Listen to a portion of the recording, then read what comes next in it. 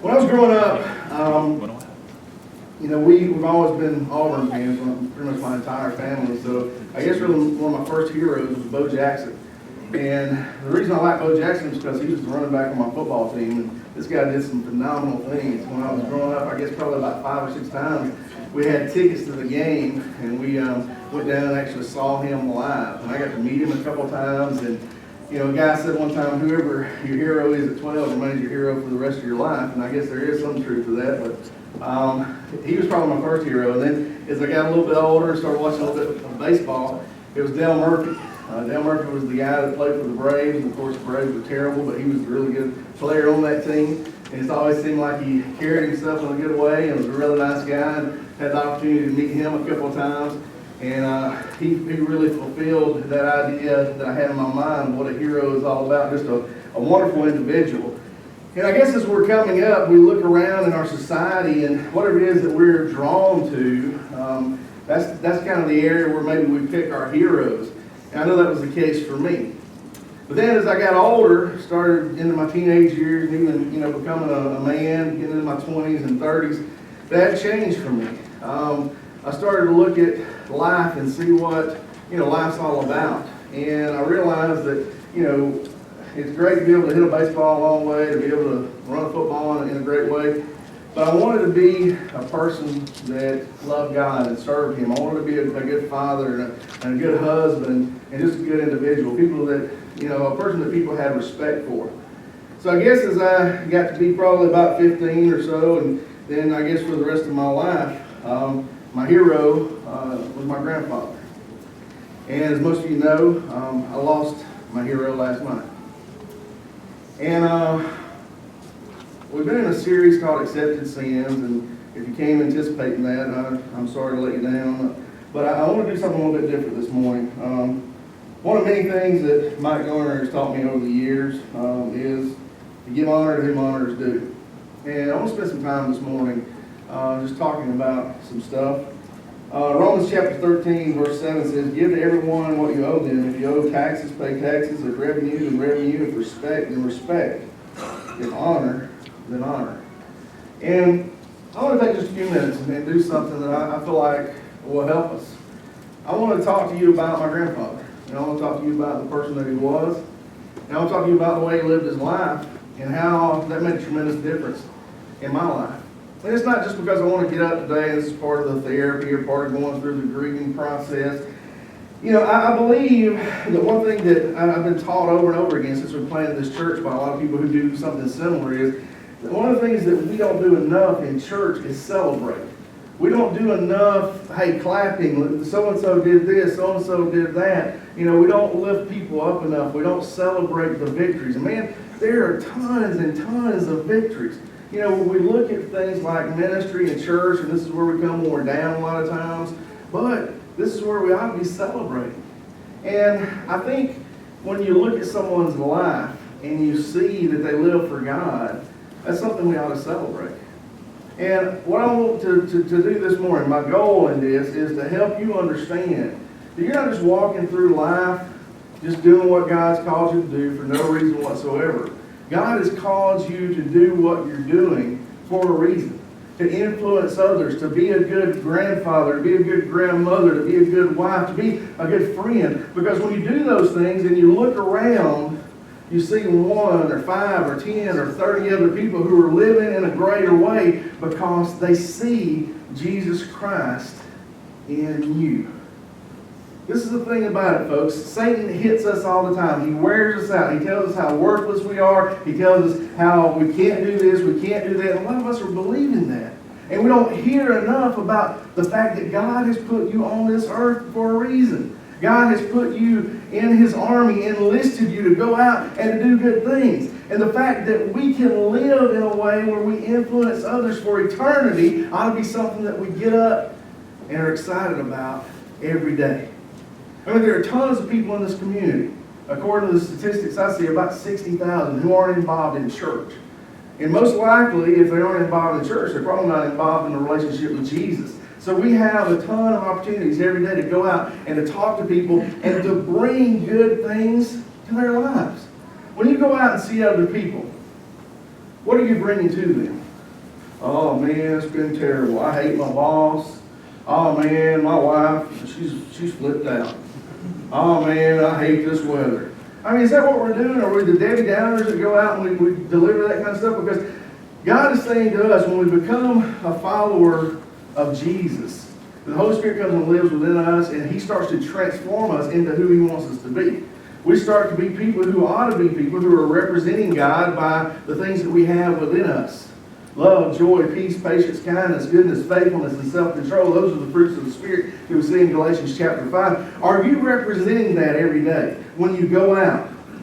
Are you bringing love, kindness, grace, mercy, peace to the lives of other people? Or are you saying, okay, I'll tell you what I want to do. I want to take this 20-pound brick that I'm carrying, and I want to toss it to you. And I want to let you carry what I'm carrying as well. See, that's not what we're supposed to be doing. What we're supposed to be doing is lightening the load of those people who are around us. Living in a way where others look at us and say, hey, you know what? I want to do what that person is doing for others. Now, I want to start out telling you something. I was probably about 5 or 6 years old, and this is one of my earliest memories of my grandfather. And I've told this story before, so some of you may remember this. My grandfather had a problem with alcohol for many years. And we got a call from my grandmother, and it was like 5 or 6 o'clock. He was supposed to be home about 2 or 3 that afternoon. He didn't show up, and she called and said, hey, I'm a little bit worried because, you know, she's talking about Dad. She said, your dad's not home yet. So several more hours go by. He doesn't show up all through the night. Well, about 2 o'clock the next afternoon, he shows up. And then my grandmother calls and says, hey, I need y'all to come over. And we went over, and my granddad was sitting there. He had stayed out all night with a buddy of his. They had gone and were drinking and gone fishing. And he was sitting there just saying, hey, you know, it's not that big a deal. It's what I want to do. He didn't care about the fact that he had worried his wife all night, that he'd worried his family. And, you know, we didn't know if he was dead somewhere on the side of a road or he'd been kidnapped. We didn't know what the problem was. We just knew that he wasn't where he was supposed to be. And I remember walking in the house, and my grandmother was furious, and that's just something that doesn't happen very much. So we were all there, and I guess we were just kind of there to make sure that things, you know, didn't really get out of hand.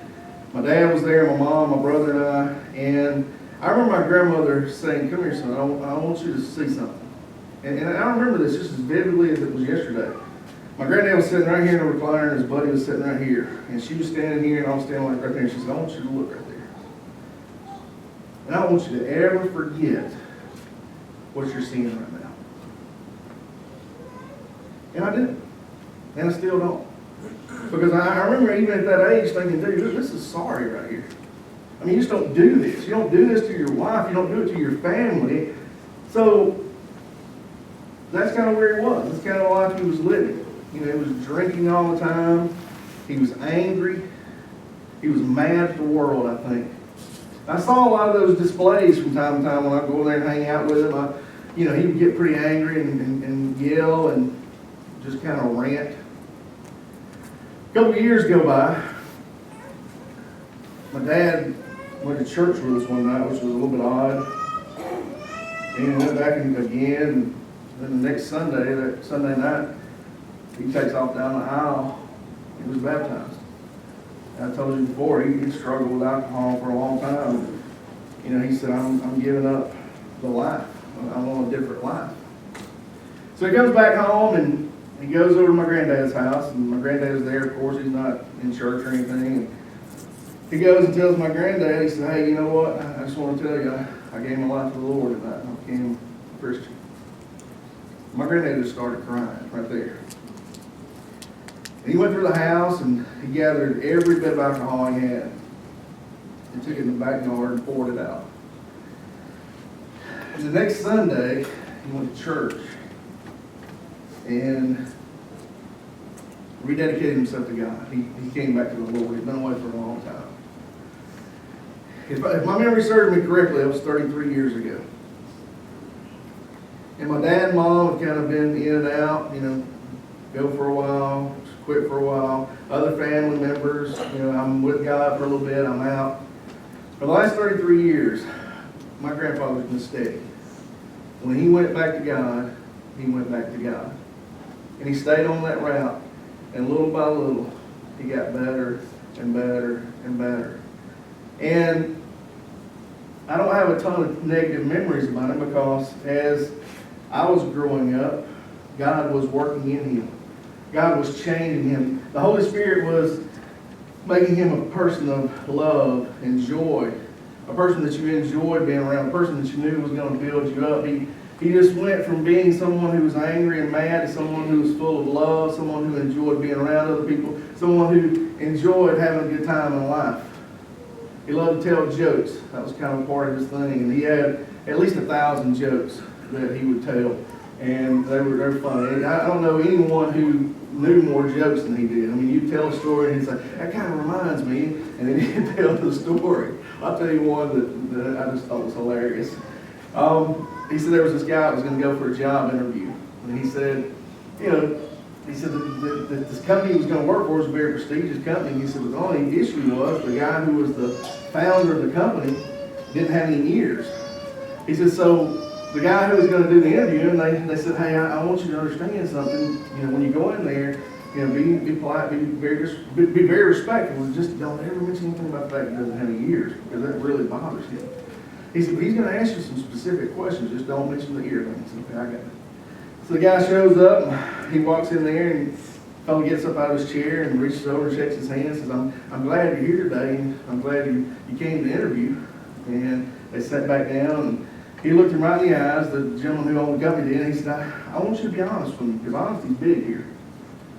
He said, I want you to tell me 3 things that you observed about me when you walked in this room. Pretty obvious, right? So the first one said, he said, well, I tell you what, I observed that you obviously like to read a lot. He said, because when I walked in, I see bookcase, all filled with books, and I just assumed that since you're surrounded by books, you like to read a lot. He said, oh, that's right. He said, you're a pretty good observation. He said, tell me something else that you observed about me. He said, well, I observed the fact that you are a person of manners. He said, that means a lot to you, because when I came in the room, you stood up, you offered a firm handshake, and you looked me directly in the eyes.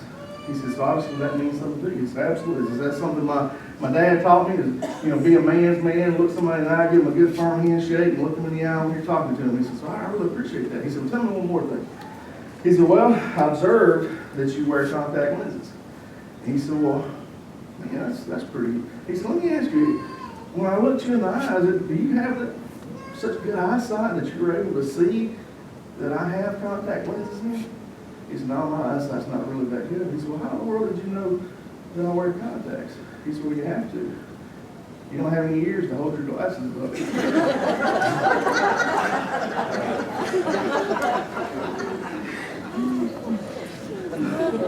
So he would tell these jokes, and we would laugh, and that's just kind of the way it was. I want to go to Titus chapter 2 for just a moment.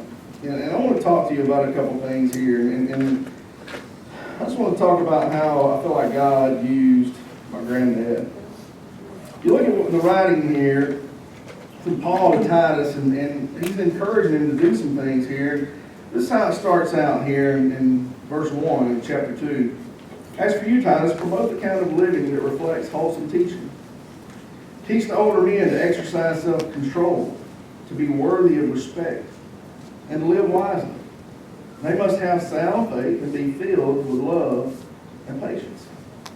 And then you flip over and you see how he ends the chapter in the first verse, the first line of verse 15 says, you must teach these things and encourage the believers to do them. All right, you got to go out and you need to teach what I just told you here in verses 1 and 2, the older men, and then the older men are going to society, and they're to teach the younger men. They're to put these things into practice. They're to show the younger men how to live lives that are full of integrity, lives that are full of love and patience. And as I look at my grandfather, that's exactly what I saw. He showed us the way. And he didn't say, hey, I want you to live like I do. He showed us the way, which was that he pointed us to Jesus. He pointed us to Jesus by the way that he lived his life every day. God used him in so many different roles. I remember as a teenager getting frustrated with my parents and just being like, Y'all just don't understand. And all of us have been there, right? And we need somebody to talk to. And that's one of the things I'm thankful for about Trip, being here with our young people and being a good influence on them. They always have someone like that they can go to and they can talk to. We need those people in our lives. That person for all four of us boys growing up was my grandfather. He was just 7/10 of a mile from me, so I'd get in the car right over there and we'd sit on the back porch and I'd rant to him for, an hour or however long it made me feel before it made me feel better. And he'd sit there and, I hear you, son, I hear you. And he was, he would always say stuff like, well, y'all are good boys. Y'all are good boys. I mean, he was always reassuring. And I think that's one thing, too, that never really ended for him. He was a counselor as a teen, but he was an encourager as I got older. I was telling some folks just a little bit earlier that I drove up to Memphis for my appointment this week. And on the way up there on Thursday, I talked to him, and on the way back on Friday, I talked to him. And when, my number, of course, is programmed in his phone, so when I'd call, he'd always pick up and say, hey, sunshine. And that's the way he talked to me and my three cousins that way. It was a name that lifted us up. I mean, I'm 41 years old. Sunshine, is that kind of corny? No. It may be for some other people to call me sunshine, but for my grandfather to call me that, man, that lifted me up. That built me up. In our society, we're so many times just worried about what other people think. We have these roles that men are supposed to play. We're supposed to be tough guys and not have any feelings and never cry and never show our feelings. And this man, for my entire life, as far as looking back on it and remembering, every time I saw him, every time I talked to him, he said, I love you. He'd give us a hug. I love you, son. When I was talking to him on the phone just night before last, he said, well, how are Kristen and the kids doing? I said, they're good. He said, well, tell everybody I love them. And I appreciate that. And folks, I don't know about your family. I don't know where you are in that. I know different families have different dynamics. But I've stood in pulpits before to do funerals for people. And someone will walk up to me afterwards and say, you did a good job with my dad. You did a good job with my mother. I know they love me. They just never told me that. That's a really sad existence. Don't make your kids, your grandkids, wonder about it. Help them know that you love them by telling them every time you see them. Surround them with love. Hug them. Be an encourager. Be someone that builds them up. Be someone that they run to every time that they see you, because they know that you're going to encourage them. You're going to give them a kind word. My two cousins work with a company out of Mississippi. They put up power poles. They're linemen. They get really good jobs, make good money. My brother's a teacher. I'm a preacher. Every time my granddad would see us, he would say, I want y'all boys to know you're my heroes. And he would just tell us that because he was proud of us. He said, I want you to know it makes me feel good to see that you're good dads and you're good fathers and you go out and you work hard every day. And that meant a lot to me. And I want to ask you, how would that make you feel to have someone tell you that? Well, how do you think your children, your grandchildren will feel when you tell them that? He showed us the way by the way that he lived. I've always said this, and I believe it. I know that there are rare circumstances, and I know that there are situations where people just do the absolute best that they can.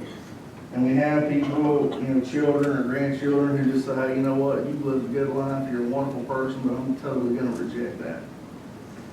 I just believe if we'll live for God and we'll do what we should do, that our chances are a whole lot better of having children who are going to become obedient. I've always said you can tell a lot about a man by looking at his family. And I look at my family, and we're not Rockefellers, and we're not on the cover of magazines. People don't know our name. But I love my family, and we love each other. And we got a good group of folks. This is the thing that I think about when I think about my grandfather and his influence. You tell a lot about a man by looking at his family. Every member of our family is a Christian. My dad, his two sisters, Me, my brother, my cousins, all of us follow Jesus. And one of the reasons why is because we've always had such a strong example to look to in our grandfather. You look at this passage here in 2 Timothy chapter 1, verse 5. And the Bible says, I remember your genuine faith, for you share the faith that first filled your grandmother Lois and your mother Eunice. And of course we see Paul writing to Timothy there, and he's trying to give him some advice. He's trying to say, hey, this is the kind of life you should live. And I see some of those things that are in you, and they're there because of the fact that you have a legacy that you're upholding. You had a grandmother who lived for God. You have a mother who lives for God. You had a grandmother and mother who were decent people and good people, and you're following along in their footsteps. And this is what I want to say to you. That can be you as well. I mean, what are you going to be remembered for? What do you want to be remembered for? What are you living life for every day? I mean, we can go out, we can make a ton of money, but you know what good that's doing my granddad right now? No. Because everything he ever accomplished in his life is over. But when he took his last breath last night, he stepped into eternity. And because he knew Jesus and because he lived for him, he's able to live in glory today. And I want you to think about this. If you make all this money, but you work 50, 80, 100 hours a week, and you're away from your family and you neglect your wife, what good is it doing? What if you're somebody in society? You're involved in every club, everything that you can do here in Rome, Georgia. Wow, that's awesome. But nobody outside of Rome knows who you are. What do you want? What's it going to boil down to when it's all said and done? What do you want people to think of you? He was a good father. She was a good mother. He was a good person. They lived for God. I told Kristen, I said, I want really 3 things on my tombstone. Follower of Jesus, loving husband, loving father. That's it. Because 100 years from now, my grandkids come say, this is the guy, he was the preacher. What do we know about him? I don't know much, but man, we know obviously family meant something to him, and following Jesus meant something to him. Because folks, in the end, when it's all said and done, that's all that really matters. And what greater thing can you do than live for Jesus? What greater thing can you do than to set this example, to leave a legacy of one who is about love and joy and peace and mercy and grace and forgiveness? I saw those things in my granddad. And although I had him up here on this pedestal, that's never where he put himself. Because he still maintained this humility. And he told me just a few weeks ago when I was over there, he said, I've been reading the Bible. He said he was telling me some stuff he'd been reading, and he kind of shared that with me. And he said, son, I try to do the best I can every day. I try to go out and live for God, but I still need help. At 82, I still need help.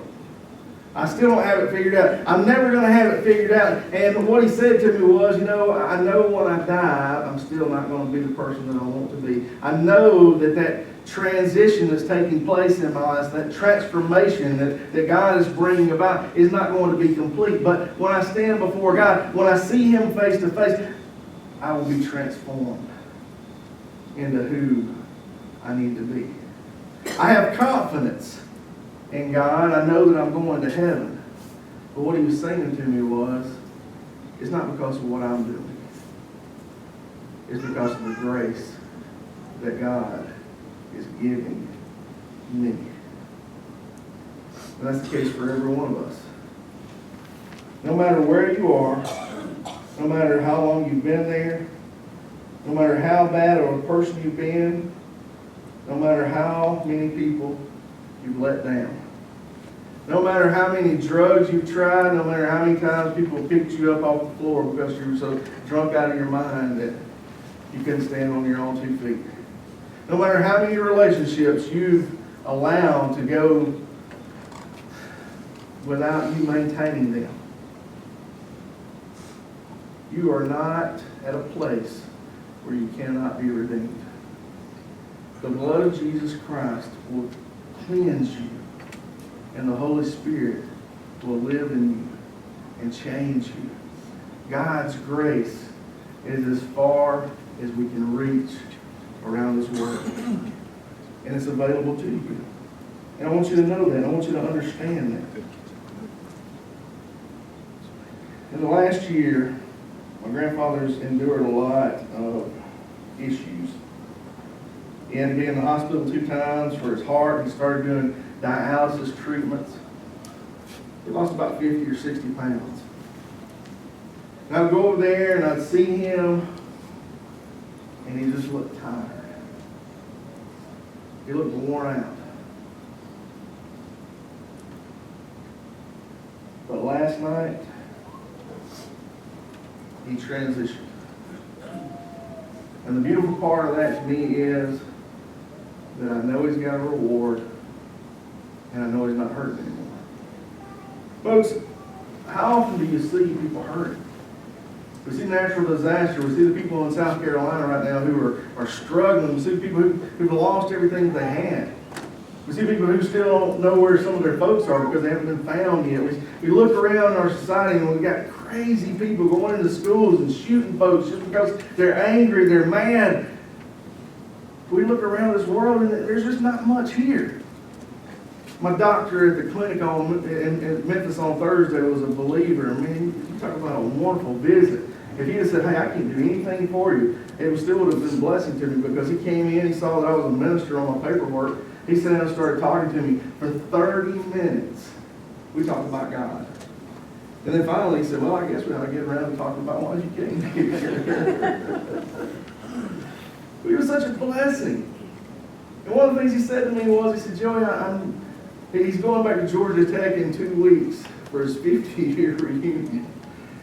He's about 74, if I do the math right. He said, I've done 19,000 ear operations. He said, I've seen people, all kind of people. Adrian Rogers, the famous preacher from Memphis, was one of his patients, and I thought that was really cool. But he said, I've been in practice all these years, and I've seen so many people, and I try to witness to them, and I try to pray with them, I try to give them hope. Said, this is what I wonder. I really wonder how people make it in this world without Jesus. Because it's a sad place. It's a place where we have burdens. It's a place where every day there's something that comes around that's unpleasant. I remember thinking when I was 15, 18 years old, man, I can't wait to get 25. I'll be out on my own. I have my own place. I have no worries. Then that post office box started filling up with bills, and I got those worries. And then I started, I got married, and I'm worried about being a good husband. I got children, and I'm just worried about them not, breaking something that day. I look at my dad, he's 62 and retired, and my grandfather passes away last night. Life is full of burdens. It's full of tough things. Listen to this. Revelation chapter 21. Beginning about middle ways through chapter 3, or verse 3. God's home is now among his people. He will live with them. They will be his people. God himself will be with them. He will wipe away every tear from their eyes. There will be no more death or sorrow or crying or pain. All of these things are gone forever. We don't have to worry about it anymore. I don't have to worry about my ankle hurting. I don't have to worry about getting the flu. I don't have to worry about doing a funeral. I don't have to worry about seeing another child born in this world and living for only 2 weeks. I don't have to worry about getting sad because the hand of God will reach out to me and touch me and comfort me. That sounds like a better place to live to me. I want to share one last thing with you, and then we will sing the invitation song.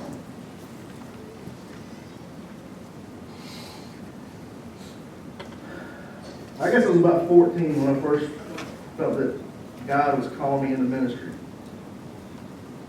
I wanted to be a teacher and a coach, so I decided I was going to do my thing. So I went ahead and started pursuing my degree, and about halfway through that, the Lord opened the door and I got into ministry. And once I decided that's exactly what God wanted me to do and I was going to be obedient, I just said to Him, whatever you want me to do, wherever you want me to go, I'm just going to trust you. So, all my life I've known Munford, Alabama. September the 28th, 1998, I pulled away for the first time, went and lived in Northport, Alabama, worked with a church there. Then, June the 1st, 1999, I moved to Rome, Georgia, to work here with the church. And I didn't know one person here. The biggest thing that I felt like I was giving up and making that move was that I'd no longer be able to see my grandfather every day. So he lived right there close to me. I could stop by and see him every day if I wanted to. And I miss my dad, my mom, my brother lived close by. There was just something there, just that bond I had with my grandfather. And of everything that I missed about being away, that's the thing that I miss most. I miss just being able to go over there and have those conversations and talk to him and gain from his wisdom and get advice about life every day. But when we would go, we would have good conversations. Sometimes we'd talk 2 or 3 hours. And I remember one day in particular, this has been within the last year. I remember going in, I was standing there about to head out the door, and he was standing by the table. And he said, "Son, we've had a good visit today." And I said, "Yes, sir." And I said, "I've really enjoyed it." And he said, "Well, you know, that's one thing I miss about you not being here." He said, I miss us not being able to have more of these conversations. And I said, "I do too, Granddad." I said, "I think that's the thing that I regret about ministry, really the only thing about moving around and not being here with y'all, is that I have to miss these visits. We don't get to spend as much time together as I'd like to spend with you." And he looked at me and said, "Yeah, that's true. But we'll make up for it one of these days." And I look forward to that. And I want to share a passage with you as we end today. John chapter 14. Beginning in verse 1, it says, "Don't let your heart be troubled. Trust in God. Trust also in me. There's more than enough room in my Father's home. If this were not so, I would have told you what I have told you, that I am going to prepare a place for you. When everything is ready, I will come and get you, so that you will always be with me where I am. And you know the way to where I am going." I don't know what you brought in here today. I don't know what kind of week you've had. I don't know what kind of life you're living. I don't know what kind of burdens you're bearing. I don't know what kind of sins you have in your life that you haven't put before God. But I do know this. I do know that we have a Savior who died so that you can be forgiven. I do know that there's a home waiting for us on the other side, where we'll never have any more tears or pain or sorrow. I do know that last night, when my grandfather took his last breath here, he awakened in paradise, fully aware of the fact that he is starting to enjoy his reward. And I want you to understand that same reward is available to you through Jesus Christ. Where are you in your walk this morning? Are you living for God? Have you put on the precious name of Jesus Christ? If not, why not? Don't take another day. Don't let Satan convince you for one more day that you aren't good enough, because Jesus died for you. How are you living your life this morning? As a father, as a grandfather, as a mother, as a grandmother, are you living so that you will create a legacy? Are you living in a way where your example will encourage your kids to live for the Jesus that you claim to follow every day? If not, It's not a big deal. Because we serve a God of second chances. And all you got to do is say, God, I'm sorry. I want to confess this. I want to come back to you. I want to be the person that you called me to be. Help me be who you will create me into.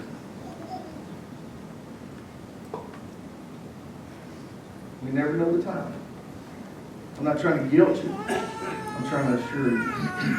The fact of the matter is, I haven't cried a lot. I haven't been real upset because I know that He was assured of the salvation. And you can be too. If we can help you in any way whatsoever, please come while we stand aside.